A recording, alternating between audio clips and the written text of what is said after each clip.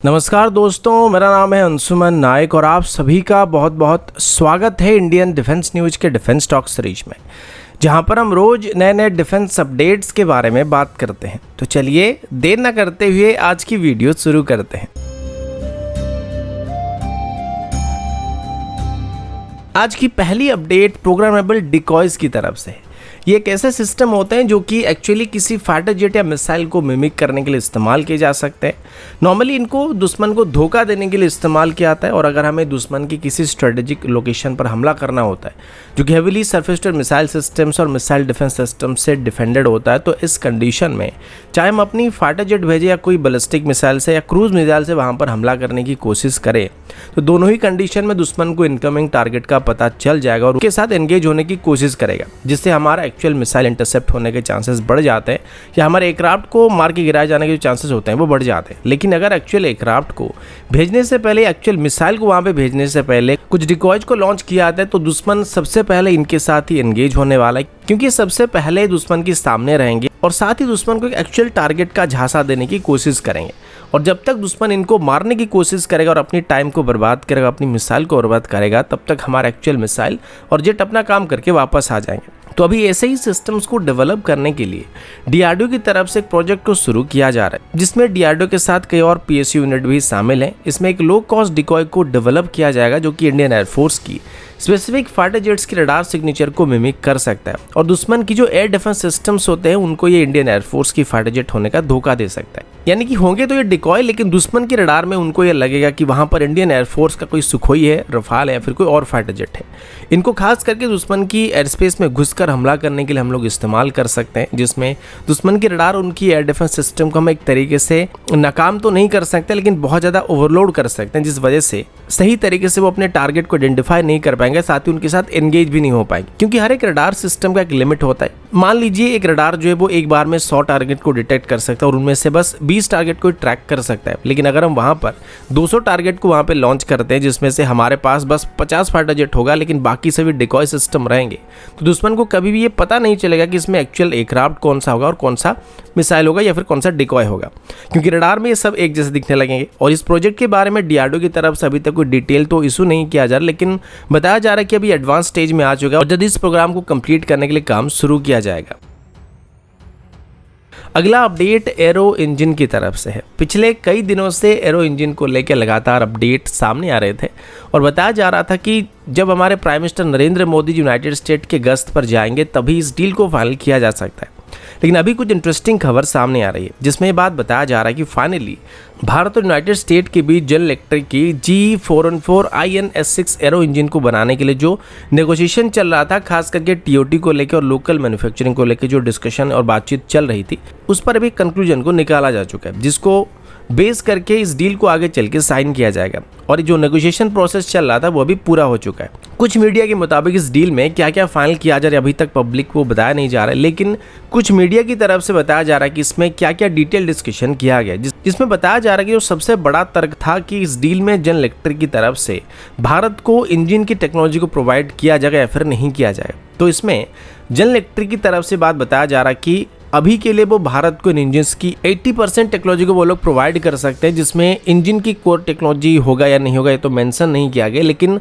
आगे चल के 100% टीओटी का ऑप्शन भी रखा जा रहा है। लेकिन इसके साथ भी वो लोग एक टर्म्स और कंडीशन को ऐड कर रहे हैं कि अगर आगे चल के फ्यूचर में भारत इस इंजन को बड़ी मात्रा में खरीदता है, तब जाके वो उसकी टेक्नोलॉजी को भारत के साथ कंप्लीटली शेयर करेंगे। इनडायरेक्टली उनका एम तेजस MK2 और MK की जो फ्यूचर वेरिएंट होगा उसमें इंजन को सप्लाई करना है, और अगर उसमें इस्तेमाल किया जाता है इस इंजन को, तब जाके वो उसकी 100% टेक्नोलॉजी को भारत के साथ शेयर करेंगे। और इसके बारे में मैंने आपको पहले ही बताया था कि यूनाइटेड स्टेट कभी नहीं चाहता है कि भारत खुद की एरो इंजन को डेवलप करे या बनाए, वो सिर्फ अपनी इंजन को भारत को बेचने की कोशिश करे। और यूएस के साथ अगर हम इस इंजन डील को करते हैं तो फ्यूचर में हमें बस इसको एक टेम्परेरी बेसिस पर इस्तेमाल करने का इरादा रखकर खरीदना चाहिए, और रोल्स रॉयस के साथ या सफरान के साथ अपनी फ्यूचर इंजन को डेवलप करने पर फोकस करना चाहिए, क्योंकि अभी इसमें जनरल इलेक्ट्रिक की तरफ से अपनी इस इंजन की इंटेलेक्चुअल प्रॉपर्टी राइट को भारत के साथ शेयर नहीं किया जा रहा है, जिस वजह से भले इस इंजन को भारत में बनाया जाएगा और इसमें 80% के आसपास टेक्नोलॉजी को भारत के साथ शेयर किया जाएगा, लेकिन उसके बावजूद भी शेल की तरफ से जो भी इंजन भारत में बनाया जाएगा उनको बनाने से पहले जनरल इलेक्ट्रिक से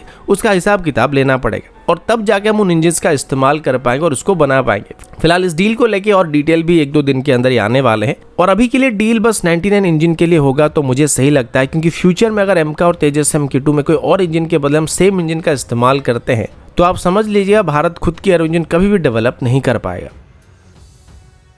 अगला अपडेट रुस्तम 2 या तापस यूएवी को लेके। हालांकि इसका इनिशियल डेवलपमेंट पीरियड थोड़ा सा मुश्किल दौर से रहा था, लेकिन अभी रुस्तम 2 अपनी सभी टेस्ट को लगभग कंप्लीट कर चुका है, जिसे फॉर्मली अभी इंडियन आर्मी और एयरफोर्स में इंडक्ट किया जा सकता है। अभी तक आपने सुना होगा इसको अलग अलग तरह की अल्टीट्यूड में और एंड्योरेंस मोड में टेस्ट किया जा रहा था, जो कि इसकी परफॉर्मेंस को चेक करने के लिए एक तरीका था कि कितनी ऊंचाई तक जा सकता है और कितनी लगातार कितने समय तक उड़ान भर सकता है। लेकिन अभी पहली बार इसमें एक बहुत ही बड़ा टेक्नोलॉजिकल ब्रेक थ्रू को हासिल किया गया है, क्योंकि अभी पहली बार तापस यूएवी की कमांड एंड कंट्रोल स्टेशन को एक जगह से दूसरी जगह पर ट्रांसफर किया गया था। आमतौर पर इस तरीके की यूएवीज को ऑपरेट करने के लिए हमें एक ग्राउंड स्टेशन की जरूरत होता है, जहां से हम यूएवी के साथ कम्युनिकेट करते हैं और उसको कंट्रोल करते हैं। लेकिन अभी तक कभी भी ऐसा नहीं हुआ था जहां पर एक यूएवी को हम 2 अलग अलग जगह से कंट्रोल कर सकते थे। अभी पहली बार ऐसा सफलता के साथ किया गया, जो कि डीआरडीओ के लिए एक बहुत ही बड़ी उपलब्धि होने वाली है, क्योंकि 16 जून को डीआरडीओ की तरफ से तापस यूएवी की कमांड एंड कंट्रोल स्टेशन को एक जगह से दूसरी जगह पर शिफ्ट किया गया था, और ये भी किसी ग्राउंड स्टेशन को नहीं बल्कि रिमोटली एक नेवल वेसल में शिफ्ट किया गया था।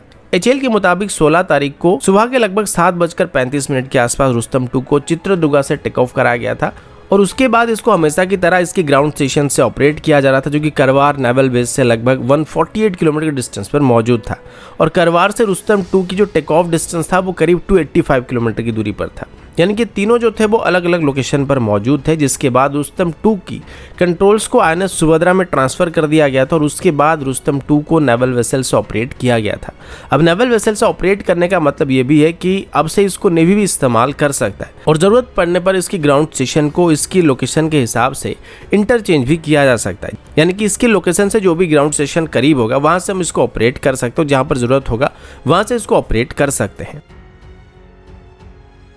अगला अपडेट इंडियन एयरफोर्स की तरफ से, और अभी हम इंडियन एयरफोर्स को लेके एक ऐसी खबर के बारे में बात करने वाले हैं जो कि अगर हम जल्दी इंप्लीमेंट कर देते हैं तो हम हमारे दुश्मनों से भी अभी एक कदम आगे रहने वाले हैं। अब ऐसा क्या है कि हम हमारे दुश्मन से एक कदम आगे रहेंगे, तो अभी इंडियन एयरफोर्स की तरफ से अपनी सभी एयर डिफेंस सिस्टम और रडार्स को ऑटोमेटेड करने का फैसला किया जा रहा है। यानी कि ये अपने आप ही दुश्मन को डिटेक्ट करेंगे और अपने आप ही दुश्मन के साथ एंगेज हो सकते हैं, जिस वजह से जो रिएक्शन टाइम है वो काफ़ी ज़्यादा रिड्यूस हो जाएगा। अब ऐसा करने के लिए सबसे पहले तो हमें एक unified command and control station को एस्टेब्लिश करने की ज़रूरत है, जिसके पास हमारे सभी रडार स्टेशन यानी कि अरुणाचल प्रदेश से लेकर राजस्थान तक और कश्मीर से लेके अंडमान तक जितने भी हमारे रडार स्टेशन मौजूद है वो सभी के सभी एक सेंट्रलाइज सिस्टम के साथ कनेक्टेड रहेंगे, जिसमें एवेक्स से लेके ग्राउंड बेस रडार और हमारी नेवल रडार भी शामिल रहेंगे, यानी कि नेवल वेसल के रडार भी शामिल रहेंगे, और इनको एक हाई प्रोफाइल कंप्यूटर या सुपर कंप्यूटर मैनेज कर सकता है। और इसके बाद अगर किसी भी रडार में कोई दुश्मन डिटेक्ट होता है या कुछ भी डिटेक्ट होता है तो इसे पूरी तरीके से ऑटोमेटेड वे में हैंडल किया जाएगा। यानी कि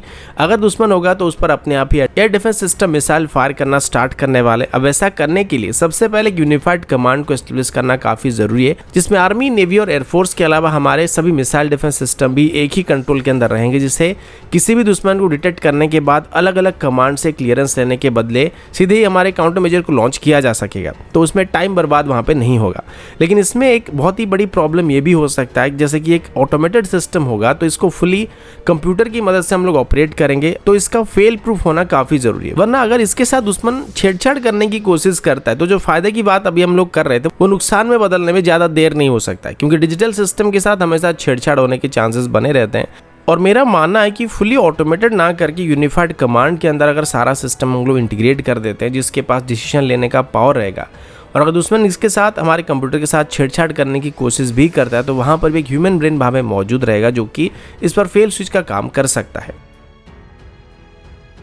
अगला update Indian multi role helicopter programme की तरफ से। ये वो हेलीकॉप्टर है जिसको आगे चल के हम लोग इंडियन आर्म फोर्सेस में इस्तेमाल हो रहे MI-17 हेलीकॉप्टर्स को रिप्लेस करने के लिए इस्तेमाल करने वाले हैं। एक एस्टिमेशन के मुताबिक आगे चल के 2027 के बाद हमारी पुरानी हो रही MI-17 हेलीकॉप्टर्स को धीरे धीरे रिटायर करने की ज़रूरत पड़ने वाली, और अभी ऐसे 400 के आसपास हेलीकॉप्टर हम लोग इस्तेमाल करें तो आगे चल के लगभग सेम नंबर में इंडियन मल्टी रोल हेलीकॉप्टर को खरीदने की उम्मीद किया जा रहा है। और MI-17 की बात करें तो ये हमारी वर्टिकल लिफ्ट प्लेटफॉर्म की एक मेजर हेलीकॉप्टर है, जिस वजह से पहले से ही एचएएल की तरफ से एक 13 टन क्लास के हेलीकॉप्टर को डेवलप करने का प्लान किया गया था ताकि टाइम पर इनको रिप्लेस किया जा सके।